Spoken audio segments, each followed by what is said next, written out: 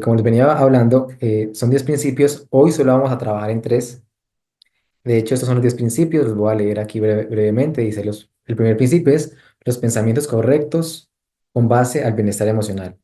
El rol de la gratitud, el uso correcto de la voluntad para el óptimo bienestar mental, la regulación emocional y el bienestar mental, el rol de la música, el canto y la alabanza en la salud emocional, el rol del tacto, la simpatía, las redes sociales fuertes en el bienestar emocional, el rol de la oración en el bienestar emocional, el perdón y la salud mental, cómo combatir los pensamientos emocionales con las promesas bíblicas, el rol del altruismo en la salud mental. Hoy solamente vamos a tratar estos primeros tres porque como ustedes pueden ver son bastante extensos. Normalmente esta sección la comparte mi esposa porque de hecho de cada uno de estos nos podemos quedarnos hablando solamente una hora, pero hoy vamos a profundizar en estos tres que son muy prácticos, ¿no? Son muy prácticos. Estos principios tienen algo interesante. Vamos a hablar un poco del fundamento de estos principios. El fundamento de estos principios está basado en la Biblia. Y para entender desde la terminología de psicología bíblica, hay que entender de que la sabiduría viene de parte de Dios. Dice que Él es el que creó la mente. En Job 38:36 dice, ¿quién puso sabiduría en el corazón? ¿O quién dio a la mente la inteligencia?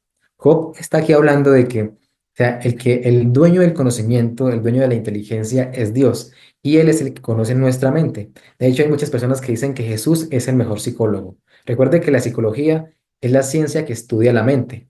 Dios no tiene que estudiar la mente porque Él es el dueño, Él la creó, Él conoce todos los hemisferios, cada célula, cada neurona de nuestro, y Él conoce exactamente cómo funcionamos nosotros.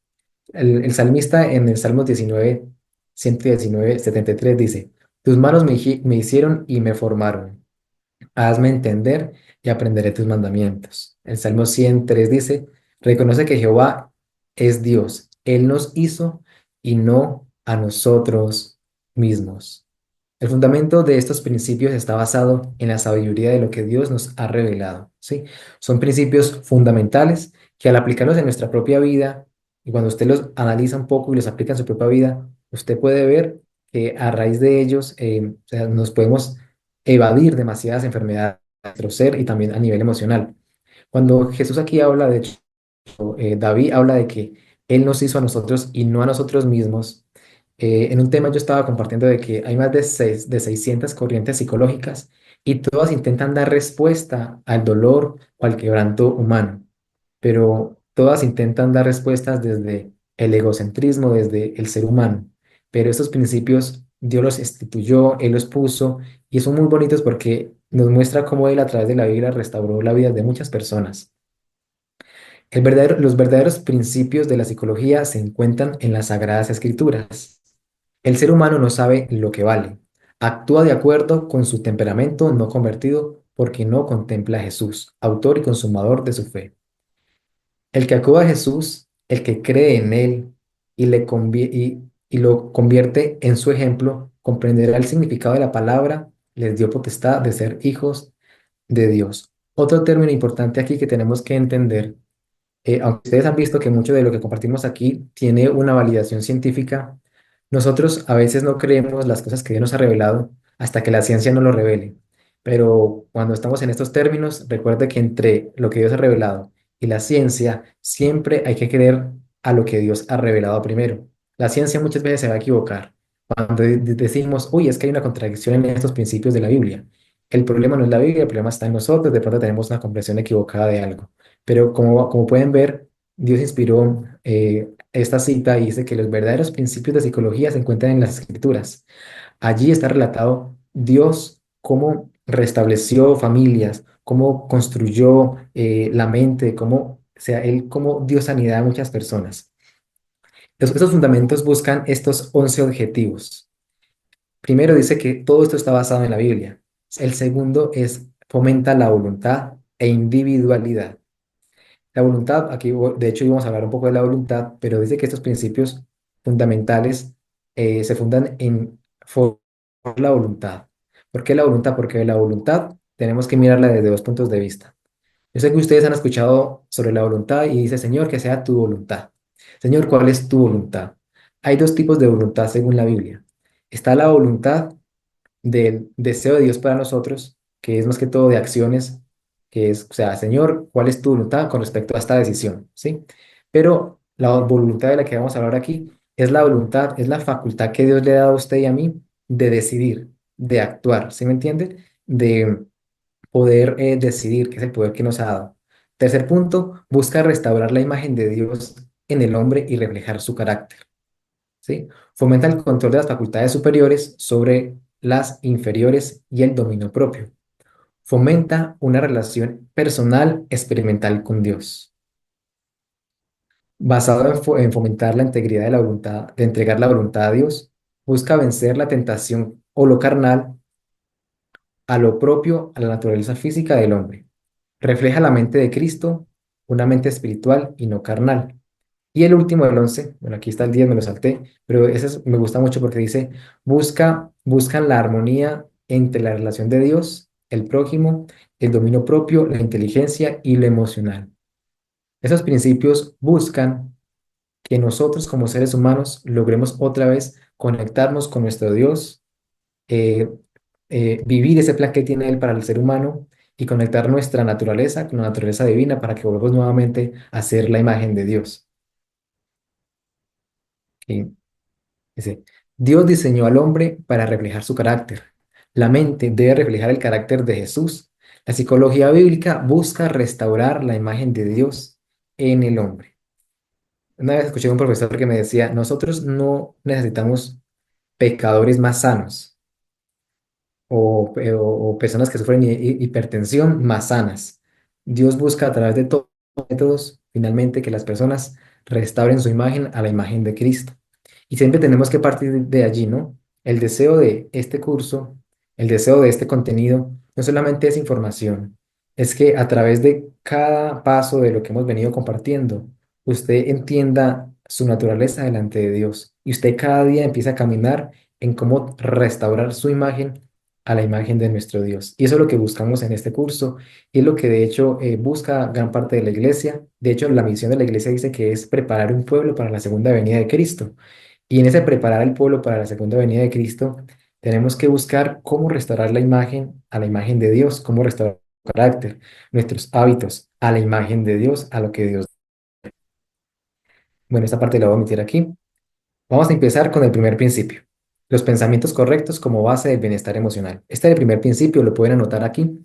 De este hemos hablado mucho, pero hoy vamos a hacer alusión a dos tipos de pensamiento, el amor y el egoísmo. El buen pensamiento, el pensamiento correcto, es la fuente de vida para todos nosotros. Ustedes saben que hemos hablado de que del pensamiento, como lo dice Proverbios, viene todo nuestro actuar. Pero resulta que pasa algo.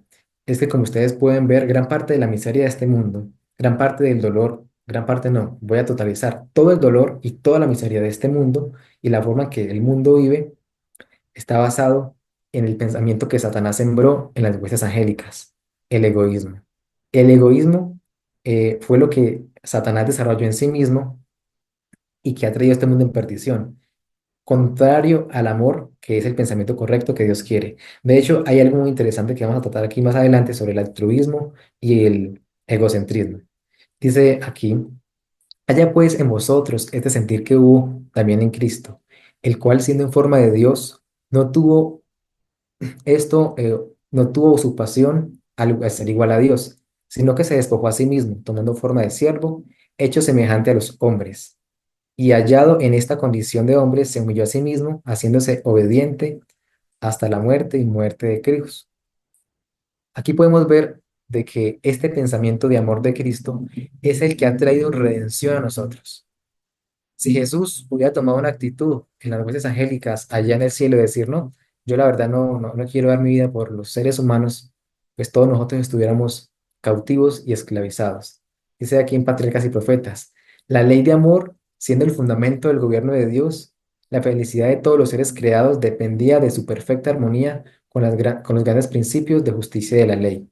Dios desea de todas sus criaturas el servicio de amor, servicio que brota de una apreciación de su carácter. O sea, aquí nos habla de que el gobierno de Dios, el gobierno se funda en el amor, y que el rompimiento de esta ley ha traído desgracia a todos nosotros. Y vamos a ver cómo esta ley y el rompimiento de este principio trae desgracia a nosotros. El pensamiento de Satanás antes de hacer todo lo que hizo, como lo relata Isaías, dice, tú que decías en tu corazón, subiré al cielo, a lo alto, junto a las estrellas de Dios, levantaré mi trono, y del monte del testimonio me sentaré a los lados del norte. Sobre las alturas de las nubes subiré y seré semejante al Altísimo. Satanás tuvo un sentimiento, un pensamiento egocéntrico, basado en sí mismo, y él no sabía que ese pensamiento y eso que él desarrolló iba a traer miseria a todos nosotros. El egoísmo separa el alma de Dios, separa al hombre de sus semejantes. Satanás desea que el hombre centre su interés en sí mismo. Si lo hace, se desarrolla un carácter defectuoso, se introducirá en la vida la discordia y la miseria. Aquí hay dos citas un poco más relevantes, dice, donde reina el egoísmo, allí está Satanás. El egoísmo es la esencia de la depravación y donde quiera que se manifieste, producirá miseria y desolación.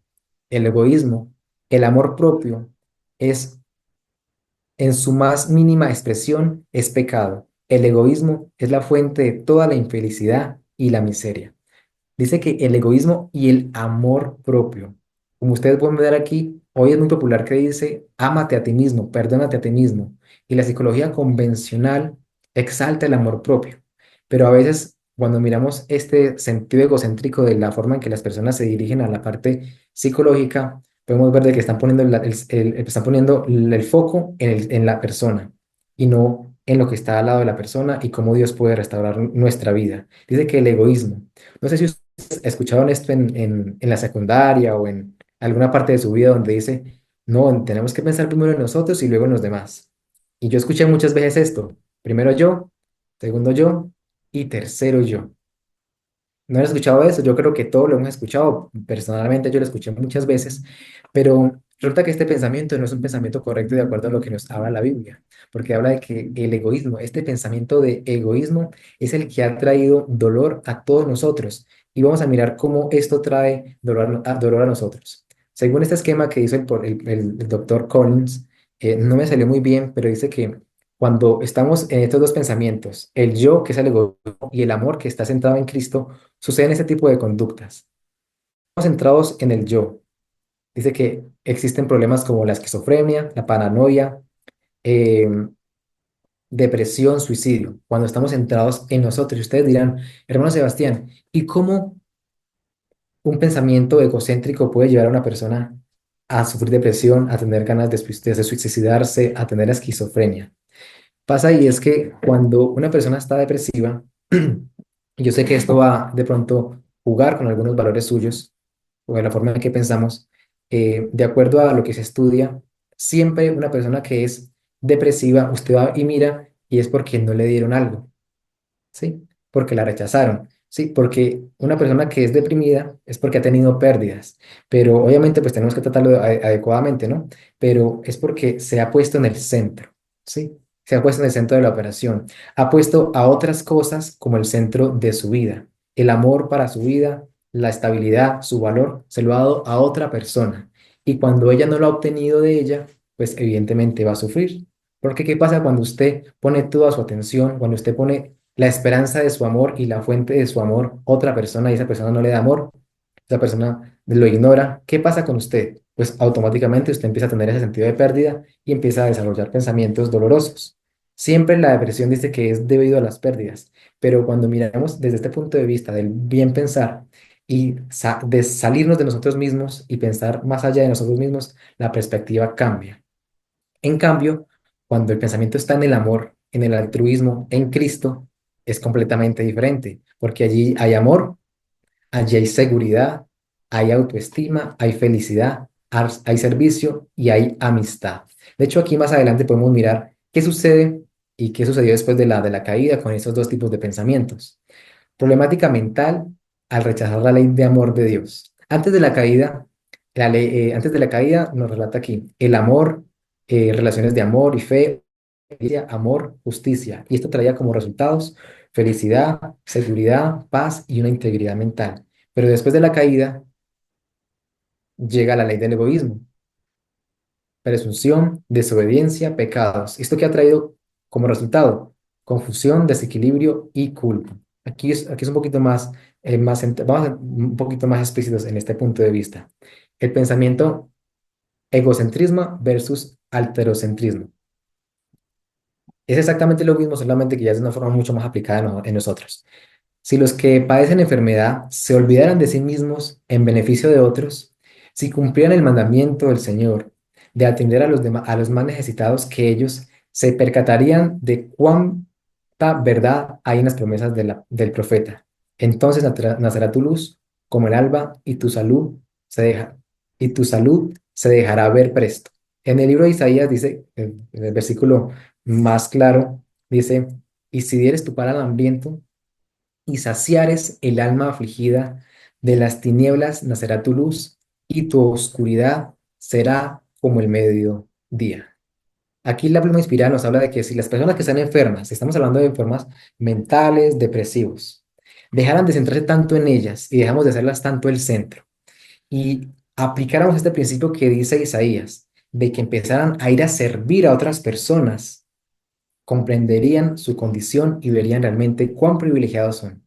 ¿Por qué? Porque muchos de los problemas, por no decir todos, son problemas del egocentrismo, son problemas de nuestro yo.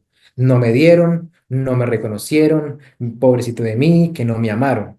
Pero cuando aplicamos este principio de ser alterocéntricos, de en vez de centrarme en mí, sino que pensar en la otra persona. Una persona egocéntrica es una persona que está centrada solamente en sí misma. Y ese pensamiento en el camino genera muchos problemas, como los vimos anteriormente.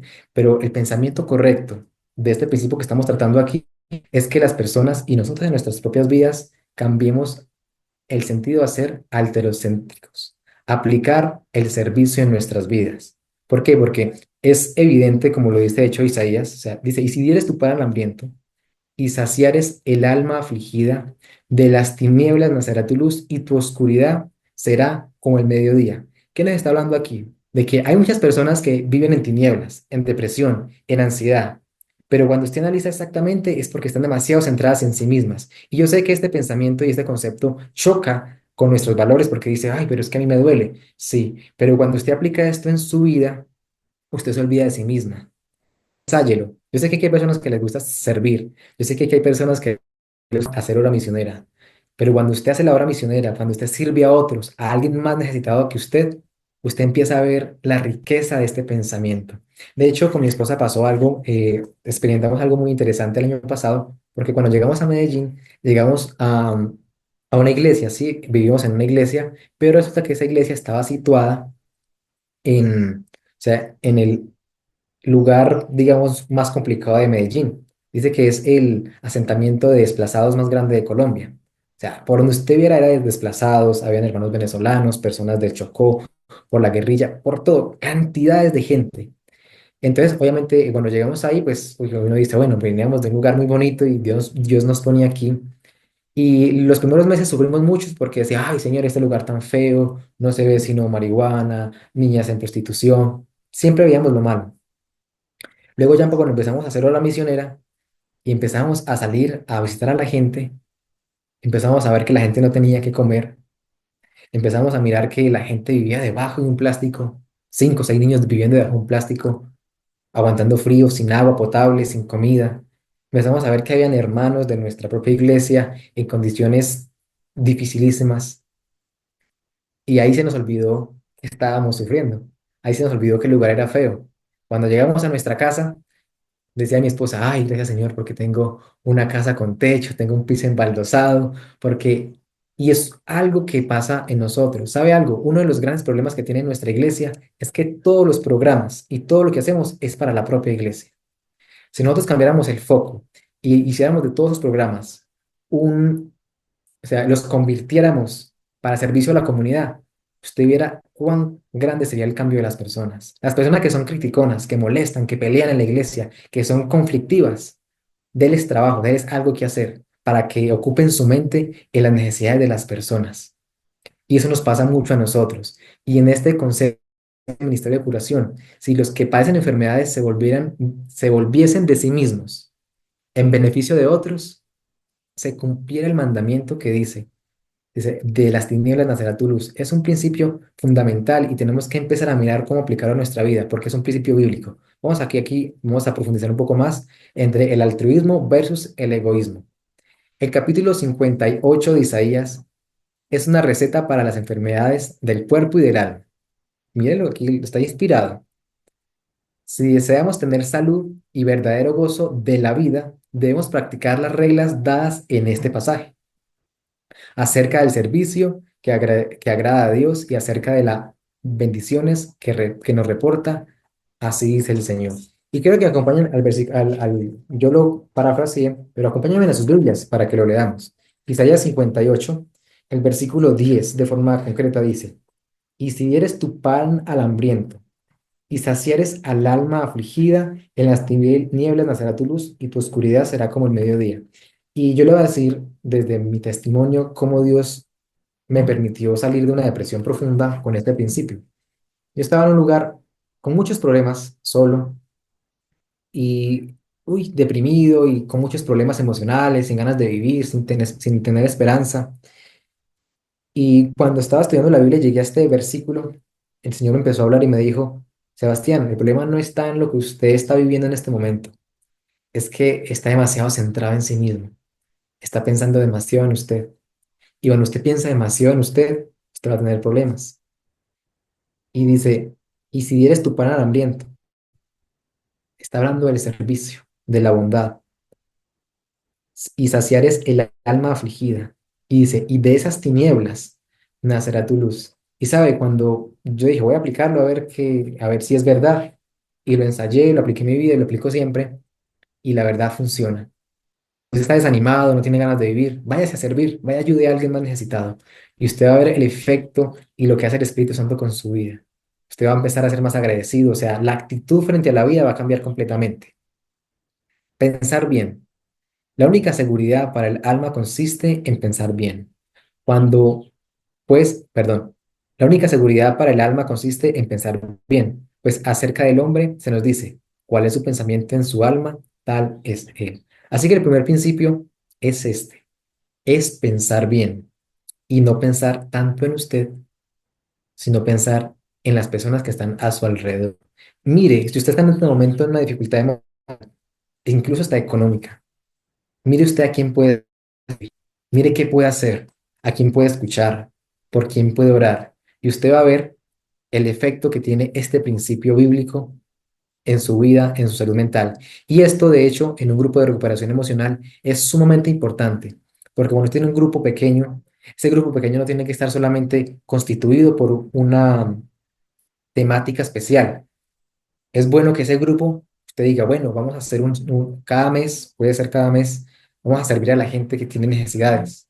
Pueden ir y dar comidas a los habitantes de calle, pueden ir y dar ropa a los que no la tienen. Y cuando usted con ese grupo de apoyo emocional y lo saca o sea, está muy chévere la charla que les estamos dando, está muy chévere los talleres que estamos teniendo, pero vamos a aplicarlo mucho más. Y aplican este principio y empiezan a servirle a la gente que está afuera. Usted va a ver que esas personas se van a enriquecer grandemente, o sea, para sus vidas y para las vidas de ellos. Porque de hecho Dios instituyó la obra misionera, porque Él sabía que la verdadera satisfacción del alma y del cuerpo y del ser humano está en servir a los demás. De hecho, es una ley del universo, de que no hay absolutamente nada del universo que no viva para sí. En el primer capítulo del Deseo de todas las gentes dice que ni las hojas, ni los árboles, ni el aire, ni el agua viven para sí. Solamente el egoísta corazón humano vive para sí y por eso es que vive en miseria. Así que este principio es fundamental en nuestras vidas. Vamos a avanzar con el siguiente principio, el rol de la gratitud en la salud mental. Ese es el segundo principio y nos habla, no es bueno reunir todos los recuerdos desagradables de la vida pasada, tus iniquidades y desengaños. Hablar de estos recuerdos, llorarlos hasta estar abrumados de desaliento. Un alma desalentada está llena de tinieblas, impide que a su propio corazón llegue la luz divina y proyecta sombras sobre el camino de otras personas. Yo no sé usted hasta qué punto es agradecido. Y aquí vamos a mirar qué efectos tiene el agradecimiento, porque de hecho en la Biblia nos dice que hay que agradecer De hecho, al apóstol Pablo, Pablo nos decía, he aprendido a estar contento en la tribulación y también en las etapas buenas. Siempre agradecer, porque cuando usted agradece, genera expectativa y genera esperanza. Pero cuando usted siempre está, ay, pobrecito de mí, este hombre que me tocó, mira, no, y empieza usted a rumiar, empieza a echar tinieblas sobre su vida, a echar tinieblas sobre su familia, a echar tinieblas sobre la iglesia, sobre las personas. Por eso es importante este principio. Vamos a profundizar un poco más. Si consultamos nuestras dudas y temores o procuramos desentrañarnos de cada cosa que nos vamos, perdón, que nos veamos claramente, antes de tener fe, solamente se acrecentará y profundizará las perplejidades. Si consultamos nuestras dudas y temores, o sea, si nos astaciamos siempre en lo malo que nos está pasando, ¿sí? Y de hecho ese es uno de los objetivos de Satanás, en que nos enfoquemos siempre en lo malo que nos está pasando. Yo sé que nosotros vivimos dificultades, porque todos somos seres humanos y hay una humanidad que nos une a todos y es el dolor. Somos humanos, lloramos, sentimos, o sea, nos pasan cosas, pero no quiere decir que una etapa de nuestra vida vaya a determinar toda nuestra vida. Y es un error que nosotros tenemos. Pensamos que una etapa de nuestra vida nos va a determinar todo y por una semana, tal vez un año que nos esté yendo mal, pensamos que toda la vida nos va a ir mal. Y por eso es tan importante la gratitud, porque la gratitud nos permite ver la esperanza, nos permite ver que hay esperanza para nosotros. Y de hecho, voy a compartir con ustedes, quiero que me acompañen al libro de Job, de otro principio que el Señor me enseñó en otra etapa de mi vida. El libro de Job, capítulo 11, vamos a leer desde el versículo 3 en adelante. Mira lo interesante que dice aquí, dice, si tú dispusieres tu corazón y extendieres a él tus manos, y si alguna iniquidad hubiera en tu mano, échala de ti, y no consideres que more en tu casa la injusticia. Entonces lavarás tu rostro y quedará limpio de mancha, y serás fuerte y a nada temerás. Versículo 16. Y olvidarás tu miseria, o te acordarás de ella como agua que pasaron.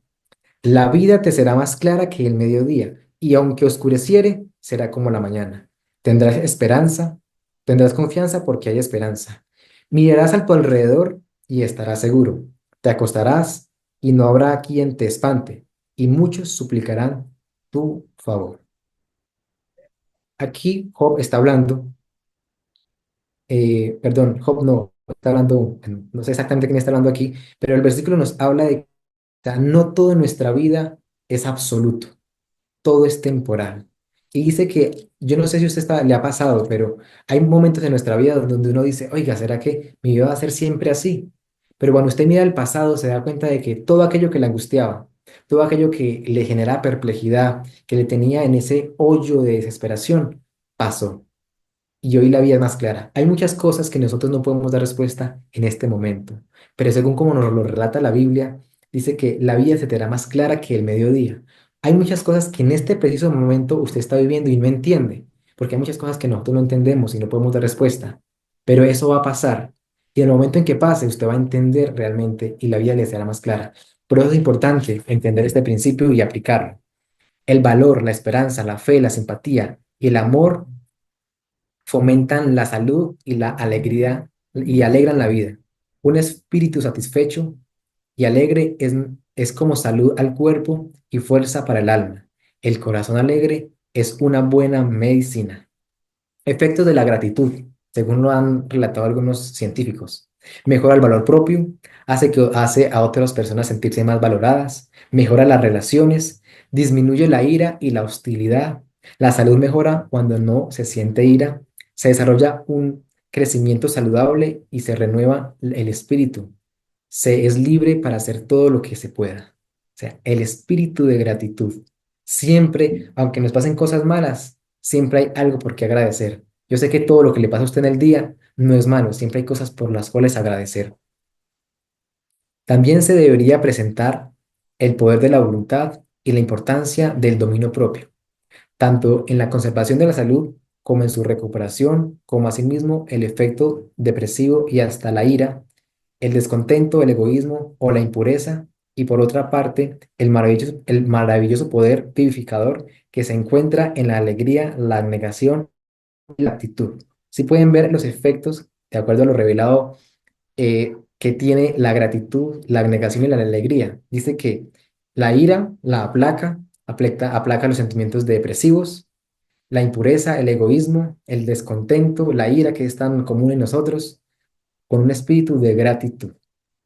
Vamos a seguir avanzando con el tercer principio de esta parte, el uso correcto de la voluntad para el óptimo bienestar de la mente.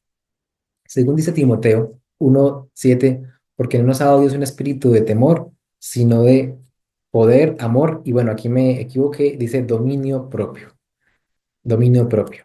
La voluntad es el poder que gobierna la naturaleza humana, sometiendo todas las otras facultades a su dominio. La voluntad no es el gusto o la inclinación, sino el poder que decide, que obra en los hijos de los hombres para obedecer a Dios o para desobedecerlo. La voluntad es el poder que gobierna todo. En el tema pasado estamos hablando acerca de las facultades superiores y las facultades inferiores. Y en las facultades superiores tenemos la voluntad, la conciencia. Y bueno, otra que no me acuerdo exactamente, no lo tengo presente, pero la voluntad es esa facultad de decidir, ¿sí? Y que nos gobierna. Solo que por el pecado, por nuestro estilo de vida, por nuestras costumbres, por nuestros valores y por el historial de vida que tenemos, la capacidad de decidir se ha venido aminorando y siempre no decidimos bajo la conciencia, sino bajo una pasión. Dice, el tentado necesita comprender la verdadera fuerza de la voluntad. Ella es el poder gobernante de la naturaleza del ser humano, la facultad de decidir y elegir. Todo depende de la acción correcta de la voluntad. Desear lo bueno y lo puro es justo, pero si no hacemos más que desear, de nada sirve. Muchos se arruinan mientras esperan y desean vencer sus malas inclinaciones. Meten su voluntad a Dios, no escogen servirle. ¿Qué nos habla de que la voluntad es esa facultad que Dios nos dio y que aunque usted tenga muchos buenos deseos, como tenemos una voluntad debilitada, pues no, ustedes de que deseamos muchas cosas, pero muy pocas cosas hacemos. Y es porque nosotros estamos divididos. Cuando en el Edén Dios creó a Adán y Eva, ellos eran uno. Y ese uno está constituido en tres líneas. Está el uno entre soy uno con Dios, uno conmigo mismo y uno con mi pareja. El ser de ser humano está constituido por varias facciones, pero cuando hablamos de ser uno, uno en pensamiento, uno en palabra y uno en acción. Nosotros nos acostumbramos, hablamos una cosa, pensamos una y hacemos algo completamente diferente a lo que hablamos y decimos. De hecho, cuando estaban en el Amazonas era un poco complejo porque uno les decía, hermano, ¿me va a ayudar con esto? Sí, sí, hermano. El otro día lo esperábamos y no llegaba. No sé si les ha pasado eso. Entonces, si les pasa eso con los hermanos, hermanos, vamos a hacer una actividad, ¿cuántos van a aportar? ¿Cuántos van a estar aquí con nosotros? Todos levantan la mano. Al otro día hay dos o tres hermanos. O sea, habla de que estamos partidos y la voluntad y el poder volver a tener esa voluntad de nuestra parte nos invita a volver a ser uno en la voluntad de nuestro Señor, a que lo que usted piense sea también lo que usted habla y también sea lo que usted hace. Y sabe que esta distorsión en esta forma de actuar genera muchos conflictos en nosotros. Por eso ya nadie tiene palabra. Mi abuelo me cuenta de que en el tiempo de él, las personas no hacían contratos, porque a usted le decían, esta finca se la vendo por tanto, y no hacían contratos porque la palabra era un hecho, la palabra valía. Hoy por hoy la palabra no vale, ni siquiera lo que usted piensa. Nosotros nos guiamos más que todo por lo que hacemos. Pero aquí nos está hablando de que el deseo de ser justos, pero si no lo llevamos a la acción, eso no nos genera ningún beneficio a nosotros. ¿Sí? Por eso es importante la voluntad en ese sentido, ¿verdad?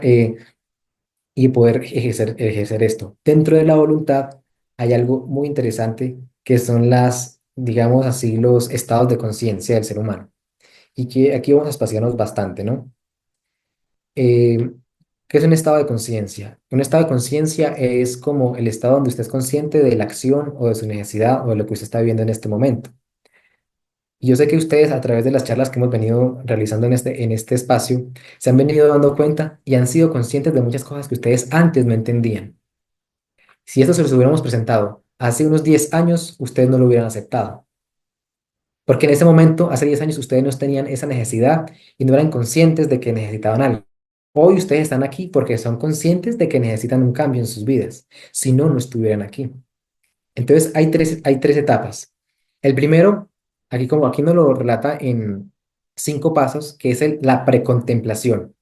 No, yo no. O sea, la precontemplación es la persona que está dañando a su familia, es la persona que se está destruyendo a sí misma, pero no es consciente de que sus actos son los que hicieron que sus hijos llegaran, llegaran a consumir. No es consciente de que sus actos son los que hicieron que su esposa se fuera. O sea, él no es consciente de eso. O sea, para él no, o sea, no entra, o sea, no funciona en su ser. ¿Sí? Luego sigue la otra que es la contemplación, que él como que dice, uy, ya está llegando como quizás será lo que yo estoy haciendo lo que está generando este problema en la familia. Pero ya luego llega la parte de la preparación, que dice, o sea, ya la persona empieza a ser consciente de decir, oiga, tengo que hacer algo. Ahí todavía no hace algo, pero ahí la persona ya es consciente de que, o sea, hay que hacer algo para resolver su vida, para cambiar. Finalmente sigue la acción, dice, voy a hacer esto, y la última, la parte que dice la perseverancia, que es, esto es posible. Esto sucede y esto ustedes se lo van a encontrar siempre en la iglesia, siempre en el mundo, y es importante que ustedes lo entiendan y lo comprendan. Hay muchas personas que ustedes les van a hablar acerca de una alimentación saludable. Eso no les entra por ningún lado. Eso para ellos, eso es... Pero cuando usted empieza a hacer un trabajo con ellos consciente, en el camino, como al año, a los 2 años, la gente dice, oiga, ¿verdad? Yo creo que tengo que cuidarme en la alimentación. Sí, así funcionamos nosotros, así funciona el Espíritu Santo con nosotros.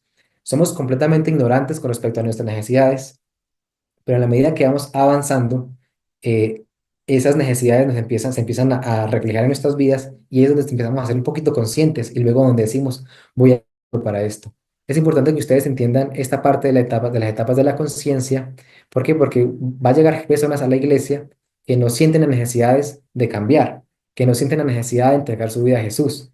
Ustedes ven que hay esposos, parejas que la esposa va a la iglesia, pero el esposo no. Pero llega un momento donde el Espíritu Santo ya toca el corazón de esa persona y ella es consciente de que necesita a Cristo, ¿sí? Ahorita, ¿qué podemos hacer nosotros en estas etapas de este principio, no? Las primeras 3 etapas, estas de acá 3, es generar espacios para poder compartir información y generar conciencia. Entonces, usted sabe que hay un problema en cualquier ámbito, en el ámbito de la moralidad, en el ámbito de, bueno, cualquier ámbito, el ámbito de la salud mental, en el ámbito de la familia. Pero usted ve que muchas personas, o sea, como que eso no está en su radar. ¿Qué tenemos que hacer nosotros allí? Pues empezar a generar programas para concientizar a la persona para que en ese camino llegue a un punto donde ella diga, necesito cambiar. Y es allí donde buscan.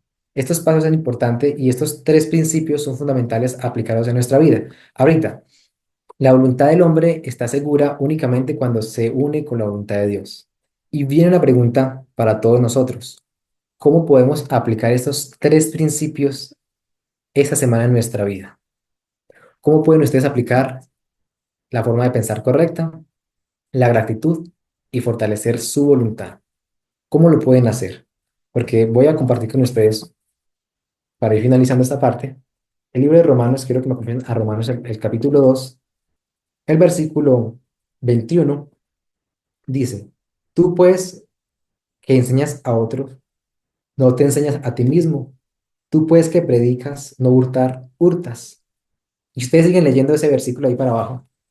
Pablo está diciendo de que nosotros somos especialistas en tener conocimiento, pero no en aplicarlo a nuestra propia vida. Estos 3 principios, los primeros principios que estamos charlando aquí, son fundamentales. Y si usted empieza a aplicarlos en su vida, usted va a ver cómo cambia su vida enormemente.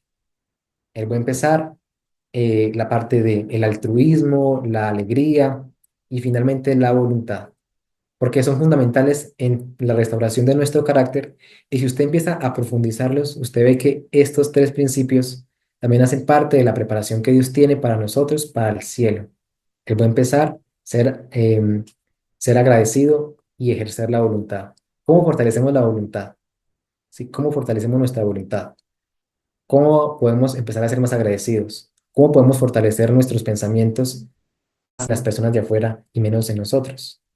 Quiero que se hagan esa pregunta, quiero que lo apliquen y bueno, esta es la primera parte de estos 10 principios que estamos compartiendo hoy.